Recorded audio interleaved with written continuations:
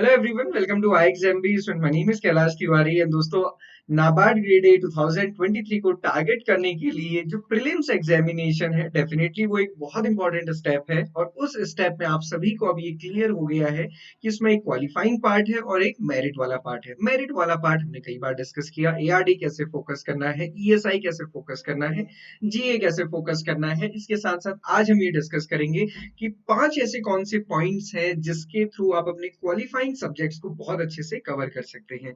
तो यहाँ इस पूरी वीडियो में हम पूरे 5 पॉइंट्स को डिस्कस करेंगे। 5 पॉइंट्स के साथ 5 सब्जेक्ट्स को डिस्कस करेंगे। तो 5 पॉइंट समथिंग टाइप यहाँ पे डिस्कशन होगा। सो दोस्तों, आज बहुत ऑस्पिशियस डे है, टीचर्स डे है। टीचर्स डे के साथ टीचिंग एंड लर्निंग, और टीचिंग एंड लर्निंग का ये एक पार्ट जो इस एग्जामिनेशन के संदर्भ में। ओके, सो 5 पॉइंट्स में जो सबसे पहला पॉइंट है दैट इज टारगेट 50%। टारगेट 50% का क्या मतलब है?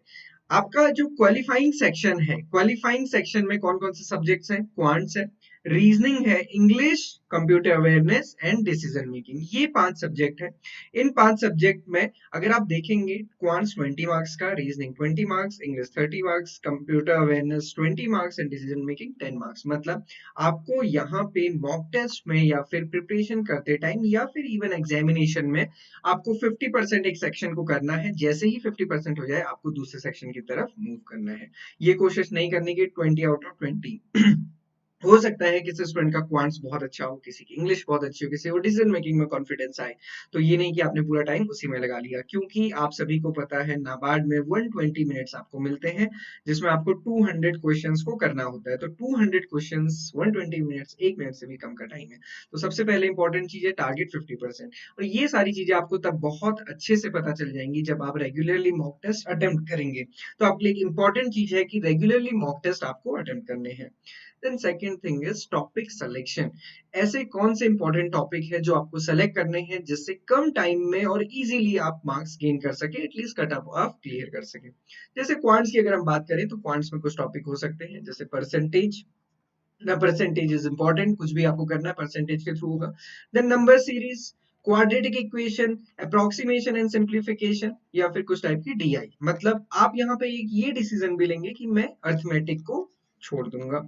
इतने टॉपिक्स अगर आप अच्छे से करके जाएंगे, डेफिनेटली आपके कुछ मार्क्स या फिर 50% मार्क्स इसमें हो जाएंगे। तो 50% टारगेट के लिए टॉपिक भी आपको एक्यूरेटली सेलेक्ट करने, और वो टॉपिक आपको फिर अच्छे से करने। फिर ऐसा नहीं होना चाहिए क्वाड्रेटिक इक्वेशन में आपको कुछ टाइप के आते हैं, कुछ टाइप के नहीं आते। फिर आपको सारे ही टाइप के क्वेश्चंस अच्छे से आने चाहिए। Okay, then you have to follow a pattern. आपको एक पैटर्न फॉलो करना है। पैटर्न फॉलो करने का क्या मतलब होता है कि जैसे क्वांट्स में भी है, या फिर रीजनिंग में भी है, इंग्लिश में भी है, आप हमेशा मॉक टेस्ट में जो एक पैटर्न फॉलो करते आ रहे हैं, वैसे ही आपको एक्चुअल एग्जामिनेशन में करना है। कहने का मतलब क्या है?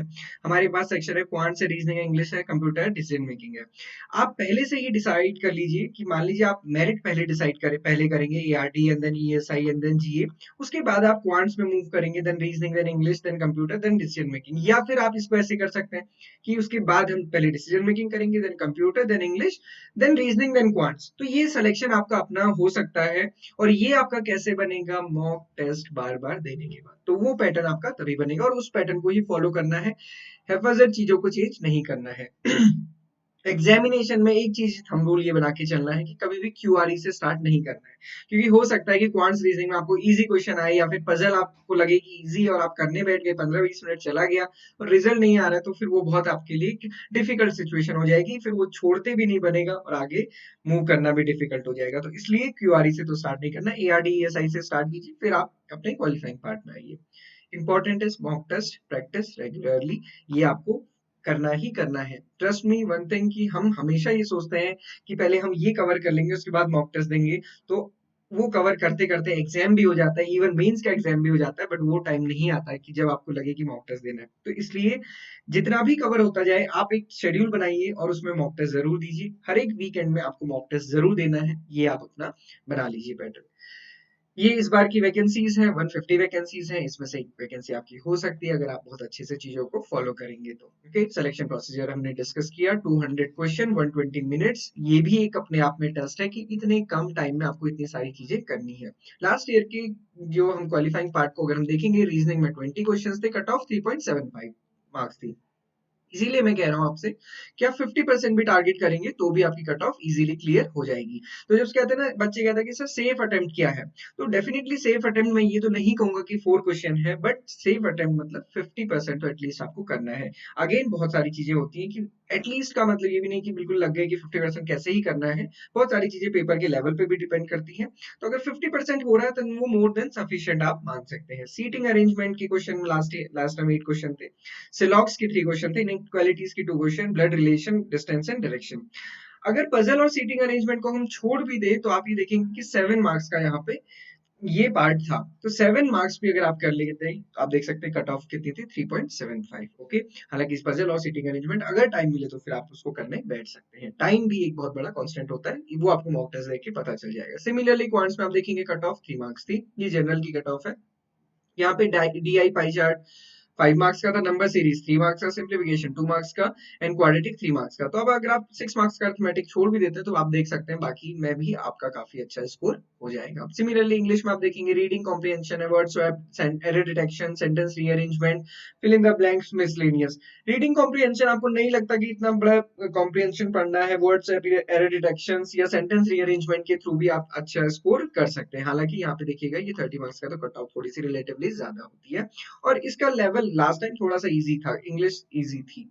डिसीजन मेकिंग की अगर हम बात करेंगे तो डिसीजन मेकिंग के 6 to 7 टॉपिक्स है जिनको आपको अच्छे से कवर करना है, जिसमें कि types of decision, decision making के स्टाइल, थ्योरी, मेकिंग मैट्रिक्स, और इनसे क्वेश्चन आते हैं। और कट ऑफ लास्ट टाइम 1.50 थी। मैं आपको एक चीज बताऊं, आप जब 10 क्वेश्चन देंगे, अगर आप बिना पढ़े भी थे तो आपका ये 2 से 3 क्वेश्चन तो डेफिनेटली सही होंगे ही होंगे, बट उसमें भी हमें डायलेमा रहती है क्योंकि हमने एग्जैक्ट पढ़ा नहीं है। और उस कंफ्यूजन के चलते हम 6 to 7 क्वेश्चन अटेम्प्ट कर लेते हैं, या इवन स्टूडेंट 8 क्वेश्चन अटेम्प्ट कर लेते हैं, और उस वजह से फिर डिसीजन मेकिंग में कट ऑफ नहीं होती है। अब आप सोचिए कि अगर आपने बहुत अच्छे से एआरडी, ईएसआई और जीए कर लिया है, और किसी भी रीजन से या फिर डिसीजन मेकिंग या कंप्यूटर अवेयरनेस में कट ऑफ रह गई, तो फिर आप मेंस में नहीं जा पाएंगे, और जो इतनी मेहनत आपने की है उसका फिर कोई फायदा नहीं होगा। इसलिए इस मेहनत के साथ ये मेहनत भी जरूर करनी है। ओवरऑल कट ऑफ प्रीलिम्स की देख लीजिए, बट इसके बेसिस पे सेफ अटेम्प्ट फिक्स मत कीजिएगा, क्योंकि मैं आपको एक चीज बता दूं, यहाँ पे 3.25, 2.25 एंड 6.75 ये एआरडीएस आईएनजीए की है, और इसके बेस पे सेक्शनल कट ऑफ के बेसिस पे फाइनल सिलेक्शन नहीं होगा, क्योंकि आप देख सकते हैं जनरल में फाइनल सिलेक्शन 41.75 पे हुआ था, और ये मिला के तो केवल 14 मार्क्स ही बनते हैं। तो इसलिए आपको ज्यादा टारगेट करना है। हालांकि ये सेक्शनल कट ऑफ आपको ध्यान रखनी है, क्योंकि ये भी कंप्लीट होनी चाहिए, बट आपका स्कोर यहाँ पे ओवरऑल ज्यादा होना चाहिए। कट ऑफ हमने डिस्कस करी, इस कट ऑफ को आप फिर से देख सकते हैं। कट ऑफ केवल ये क्राइटेरिया है कि आप प्रीवियस ईयर पेपर जो 2022 में प्रीलिम्स का पेपर हुआ था उसको अटेम्प्ट कीजिए, और उसके साथ इस कट ऑफ को कोरिलेट कीजिए। आप देख पाएंगे कि आप क्लियर करते हैं कि नहीं करते। इसके बेसिस पे इस साल के एग्जाम को बहुत ज्यादा हम प्रिडिक्ट नहीं कर सकते हैं, क्योंकि पेपर में लेवल क्या होगा, कंडीशन क्या होगी, वो सारी चीजें उस पर डिपेंड करती है। ओके, इसके लिए हमने आपको डे वाइज प्लान दिया है, जिसमें decision making, computer awareness, quants, reasoning, English पे हमने मेंशन किया है। यहाँ पे इसको आप डेली भी प्रैक्टिस कर सकते हैं, बट डेली प्रैक्टिस करना 8 सब्जेक्ट बहुत डिफिकल्ट है। तो वीकली टारगेट लेके आप इसको चल सकते हैं, और इस टाइप से अगर आप चलेंगे तो जो पूरे पीडीएफ में हमने सारे टॉपिक्स दिए हैं वो सारे कवर होंगे, और आप बहुत अच्छा स्कोर कर पाएंगे। ओके, आप इसको फॉलो कर सकते हैं। इसके अलावा हमारी स्पेसिफिक लाइव क्लासेस चल रही हैं, क्वांट्स, रीजनिंग, इंग्लिश के लिए हमारी स्पेशल सेशंस हैं, जिसमें कि प्रीवियस 5 ईयर के क्वेश्चंस को हम एक साथ डिस्कस करते हैं फ्रॉम अ पर्टिकुलर टॉपिक, और उसके साथ साथ एआरडी, ईएसआई, डिसीजन मेकिंग, ये सारी चीजें तो चल ही रही है। तो नाबार्ड ग्रेड ए का कोर्स आपको हमारी वेबसाइट पे मिल जाएगा एग्जाम में। And to make your preparation 50% faster, we are offering short videos, to the point notes and chapter test and mock test for the complete preparation. इसके साथ साथ लाइव क्लासेस, तो रिकॉर्डेड प्लस लाइव क्लासेस, सारी चीजें आपको मिलती हैं। और अभी इसको अगर आप लेना चाहते हैं, so you can get 50% discount in this course. So NABARD Grade A prelims के प्रीवियस ईयर पेपर, साथ ही साथ मॉक टेस्ट आपको हमारी वेबसाइट पे मिल जाएंगे। सो मॉक टेस्ट परचेज करने की कोई आपको जरूरत नहीं है, क्योंकि जब वो फ्रीली अवेलेबल है तो you can attempt and you can check. So this is all about today. Thank you for watching this video, and all the very best.